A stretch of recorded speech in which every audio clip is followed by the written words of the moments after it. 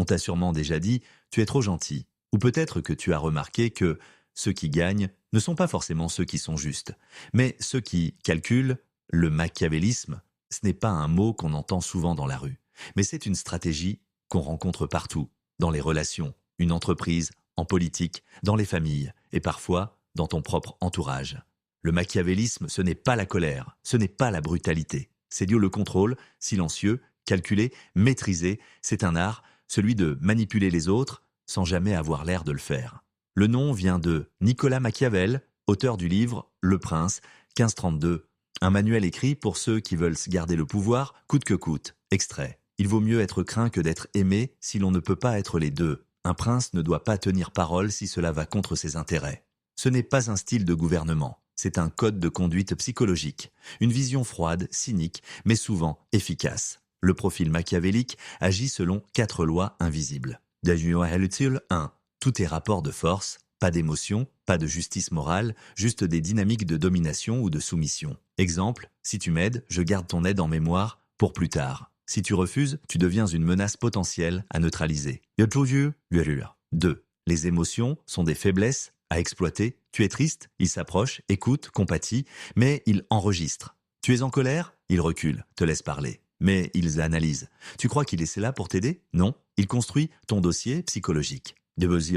3. La fin justifie les moyens. Mentir, si nécessaire. Diviser, si utile. Manipuler, si ça fonctionne. Exemple, un collègue obtient une promotion. Le machiavélique sourit, le félicite, puis va voir le patron en privé et laisse fuiter des doutes sur son intégrité. Pas de preuve, justement du poison doux, glissé dans l'oreille. 4. Le pouvoir est un jeu à somme nulle. S'il ne gagne pas, il perd. Et s'il perd, il se venge. Témoignage réel, Karim, 41 ans. J'ai travaillé 2 ans avec un associé. Il était charmant, structuré, loyal. Jusqu'au jour où je me suis mis en désaccord avec lui publiquement. En 2 semaines, il avait monté l'équipe contre moi, discrètement. J'ai découvert qu'il préparait ma mise à l'écart depuis des mois. Je ne l'ai pas vu venir parce qu'il ne s'est jamais énervé, jamais haussé le ton. Il avait juste déjà gagné. Ce qu'il faut comprendre, le machiavélisme n'est pas une impulsion. C'est un système de pensée froid, structuré et extrêmement stratégique. Comment reconnaître un machiavélique? 1.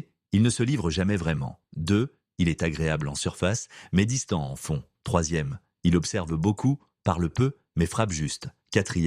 Il ne s'excuse jamais, il justifie. 5. Il prépare ses mouvements, plusieurs coups à l'avance. Le danger, tu ne le vois jamais dû venir parce qu'il t'endort, te rassure, te fait sentir spécial, utile, important, et puis un jour, tu réalises que tout était calculé. Et le pire, tu peux être machiavélique, sans t'en rendre compte, parce que ce n'est pas une pathologie. C'est un style cognitif, une manière de voir le monde comme une partie d'échecs. Alors que faire? Fuir? Parfois, mais surtout, apprendre à penser comme eux, sans devenir eux. Comprendre la stratégie, maîtriser les dynamiques de pouvoir, savoir lire les jeux, sans devenir un joueur toxique, car c'est quand tu comprends leurs règles que tu peux enfin t'en libérer. Et rappelle-toi, le machiavélisme ne triomphe que là où les autres dorment, là où les consciences sont naïves, là où l'on confond gentillesse avec faiblesse.